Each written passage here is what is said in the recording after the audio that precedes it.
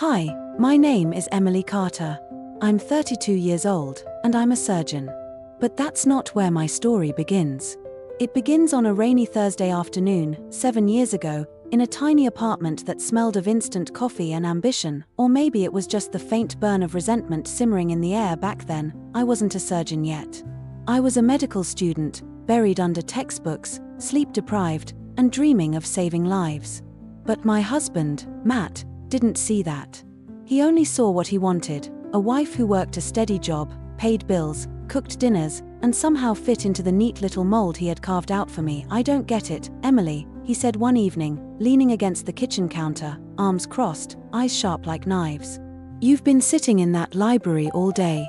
You could be earning money instead of just reading." I froze, holding my mug so tightly I could feel the ceramic biting into my palms. "Matt, I'm studying to be a doctor. That takes time. You know that." He shook his head, letting out a sharp laugh that wasn't funny. "Studying? Emily, you're lazy. You just sit there while I bust my ass at work. You think your little degree is going to pay the bills now?" I remember my heart stopping, like someone had slammed the brakes on my chest. Lazy. Me. All those nights spent in libraries, all the sacrifices, all the rejection letters I had turned into fuel for the next day, and he called me lazy. I wanted to scream, to throw my books at him, to make him see. But instead, I swallowed the words. I smiled through the tremor in my hands. "I'm working, just in a different way," I said quietly. He scoffed. "Different way? That's just a fancy excuse for doing nothing." I wanted to leave him right there. I wanted to pack my things and vanish into the night with nothing but my textbooks and dreams. But love, or maybe hope, had me chained in place. I stayed. I apologized. I made dinner. I smiled while my spirit cracked, and slowly, over the years, I learned to stop telling him about my achievements. Med school grades, awards, research projects, they all became my secret victories, tucked away like fragile glass figurines, for fear he'd crush them under his disbelief. By the time I finished med school, Matt's contempt had become routine. He'd mock me when I read medical journals at the breakfast table, sigh dramatically when I explained a case study, and laugh when I mentioned residencies. "You're never going to make it," he said more times than I could count. "Might as well get a desk job somewhere. Stop dreaming." And for a long time, I believed him, but something inside me refused to break. Every insult, every sneer, every call of lazy was fuel. I remember nights sitting alone in the apartment, staring at my reflection in the dark window, whispering to myself, "One day, I'll show you.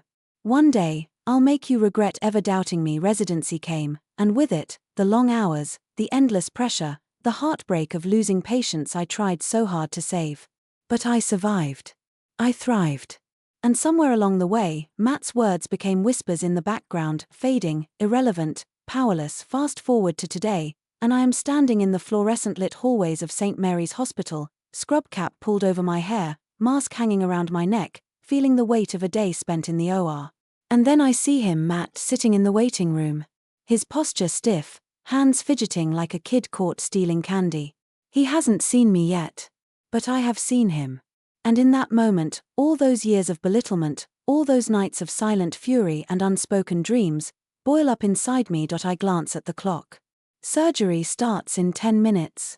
And the thought strikes me with sharp clarity. Today, he will sit there, powerless. Today, he will wait. Today, the one who once mocked me for doing nothing will have no choice but to witness what I've become. I take a deep breath, steady my hands, and push the memory of our last fight out of my mind. Focus. Precision. Life and death depend on it.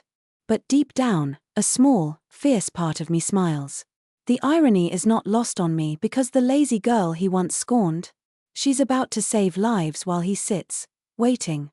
The OR smelled like antiseptic and determination. Beeping monitors, the faint scent of latex, and the low hum of the ventilation system were familiar to me now, a rhythm I had memorized, one that calmed the chaos in my mind.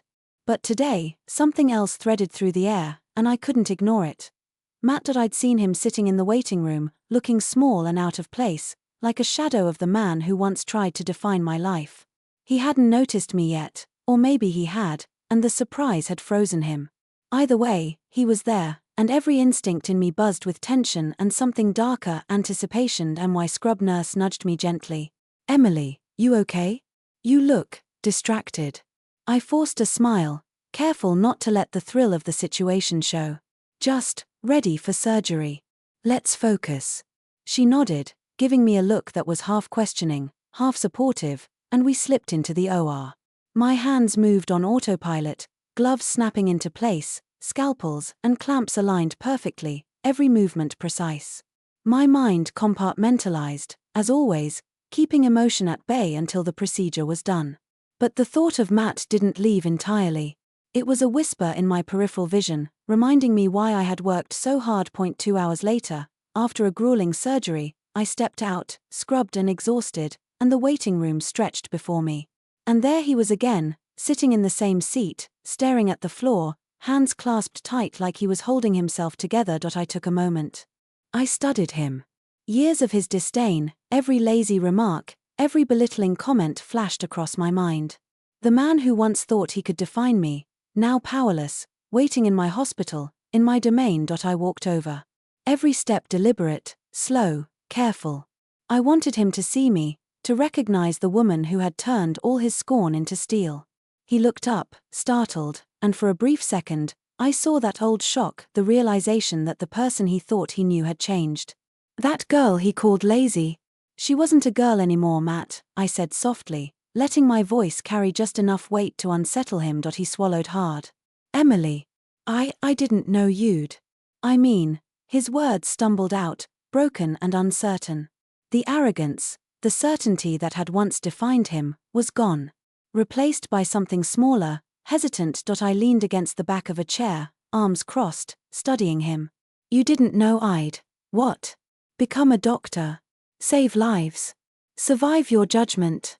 My tone wasn't angry, just calm. Cold. And that calm was more powerful than anything I could have screamed in my youth. He laughed nervously, a sound that used to be familiar but now grating. I didn't think you were serious about med school. I thought. I don't know, that you'd give up." I smiled, small but sharp. "Give up? Matt, I didn't just study medicine. I conquered it. And you sat at home, mocking me while I built my life. And now you sit here, waiting for news. And there's nothing you can do about it." He looked down, ashamed. I could see it in the slump of his shoulders, the way his hands fidgeted. That look, so vulnerable, so human, was a stark contrast to the man who had belittled me for years. "Emily, I didn't mean." His voice trailed off, faltering. He had no words left. The man who had defined himself by criticism had nothing left to wield. I took a slow, deep breath. "You called me lazy," I said quietly. Not angrily. Just stating the fact, letting it hang between us like a weight. "Do you remember?" He nodded, unable to meet my gaze. "Yeah. I guess I was wrong." I let a pause linger. My heart wasn't racing, too much time had passed, and too much had been earned. This was justice, quiet and absolute. "You were more than wrong. You were cruel. And yet, I survived. I thrived. I'm a surgeon, Matt. I save lives every day, and right now, you are powerless in my waiting room." He flinched slightly at my words. And for a moment, I imagined him feeling every late night, every insult, every little remark he'd made about my laziness. A slow, subtle smile tugged at my lips. Not a triumphant, gloating smile, just satisfaction. The kind that comes from standing tall after the storm, watching someone else realize they underestimated you. "Emily." He started again, and I cut him off, calm but firm. "Save it. This isn't about what you think. It's about what I've done. And what I've become. You should leave now." He nodded slowly, finally understanding. Not a word of protest, not a single defense. Just recognition. And that was enough. That recognition, that silence, was revenge more satisfying than anything I could have planned. Later, as I walked back into the OR for my next patient, I felt lighter. Stronger. Like the world had shifted just slightly, in my favor. Matt's shadow had haunted me for years, but today, he had no power. Not here, not anymore. I returned to my work, focused, precise, every movement carrying the echo of the girl he once mocked, now fully grown into the woman he couldn't break. And somewhere in the quiet of my mind, I whispered a small thank you to him, too, because without his doubt, I might never have found the fire that drove me here. After that day in the hospital, I couldn't stop thinking about him. Matt. The man who had once reduced my dreams to laziness, the man who had made me question my worth for years. Seeing him in that waiting room wasn't enough. I needed closure. Not revenge in the explosive sense, no yelling, no vindictive plots, but the kind of reckoning that leaves a person powerless in the face of your growth. It wasn't long before fate, or maybe timing, gave me the chance. A week later, I ran into him at a neighborhood coffee shop. I was grabbing my usual post-shift latte, hair tucked under a messy bun, lab coat dusted with the faint scent of antiseptic, when he walked in. He froze when he saw me. His face paled, eyes widening slightly, that old arrogance replaced with unease. Emily. His voice was cautious now, almost hesitant, like he was stepping into a minefield he didn't know how to navigate. I didn't respond immediately.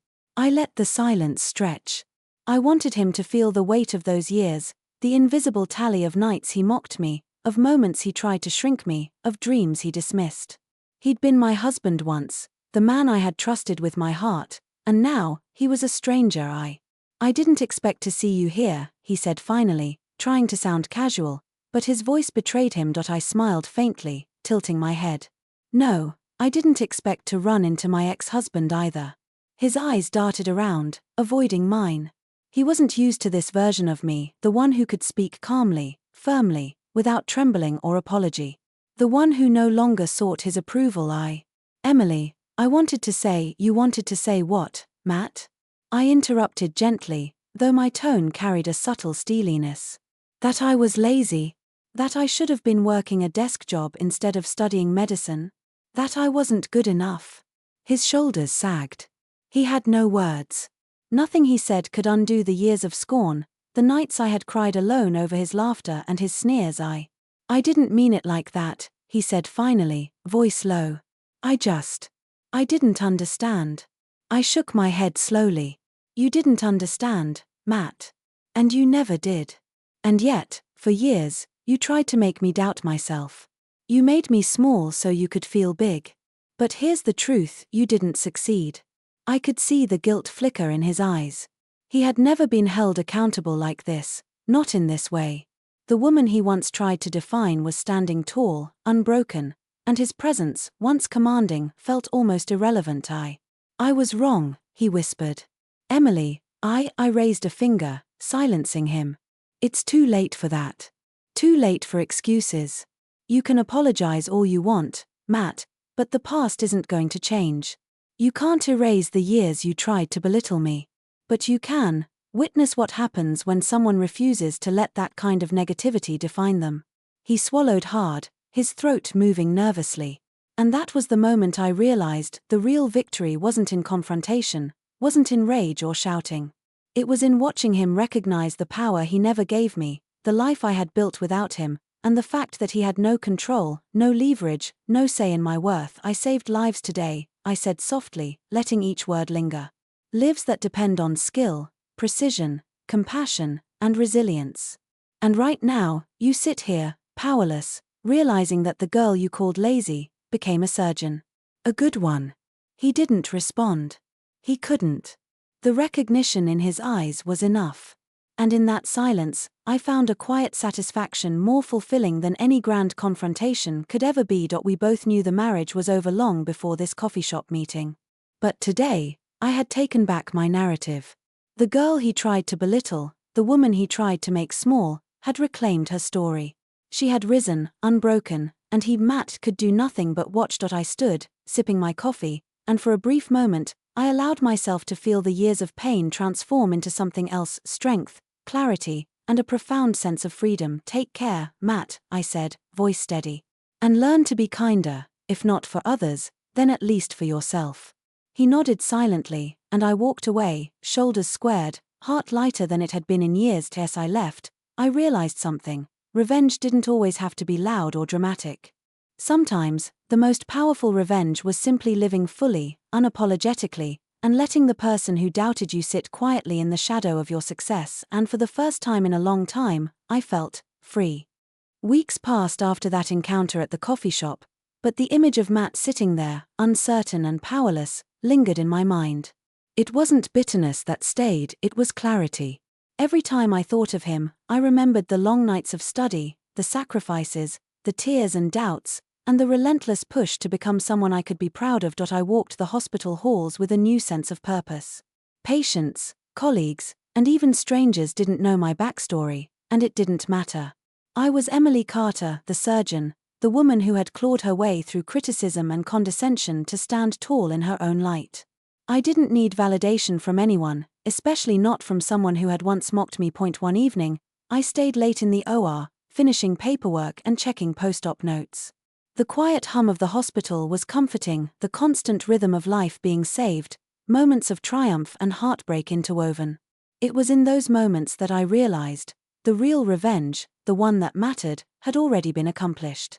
I had lived my truth. I had excelled in the face of derision. And that alone was more satisfying than any confrontation or argument could ever be. Matt never reached out again. He didn't try to reconcile, didn't send apologies, didn't attempt to reclaim any space in my life. And I didn't need him to. In a way, his absence became another proof of my freedom.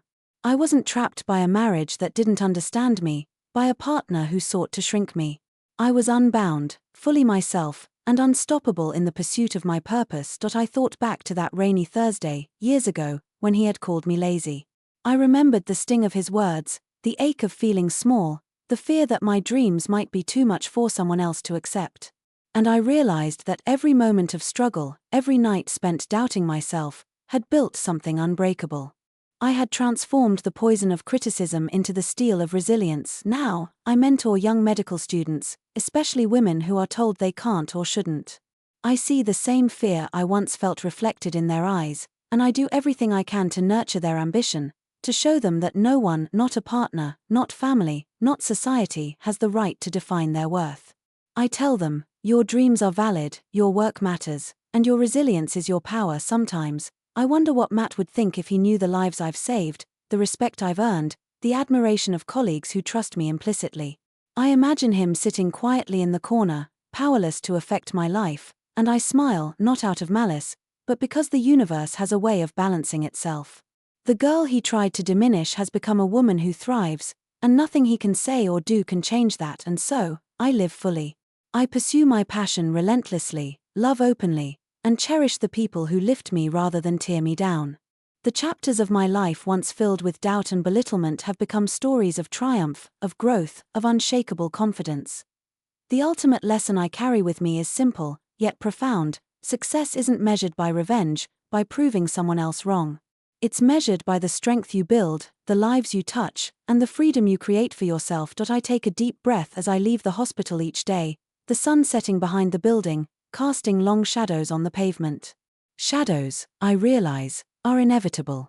But they only remind me that light, my light, will always shine beyond them. Matt was a chapter in my past, a challenge that shaped me, a reflection of the doubts I once carried. But he is no longer a part of my story. My story is mine, written by my hands, lived by my courage, and illuminated by the years of dedication, love, and resilience that no one, especially not someone who called me lazy, can ever take away. And in that truth, I am finally free.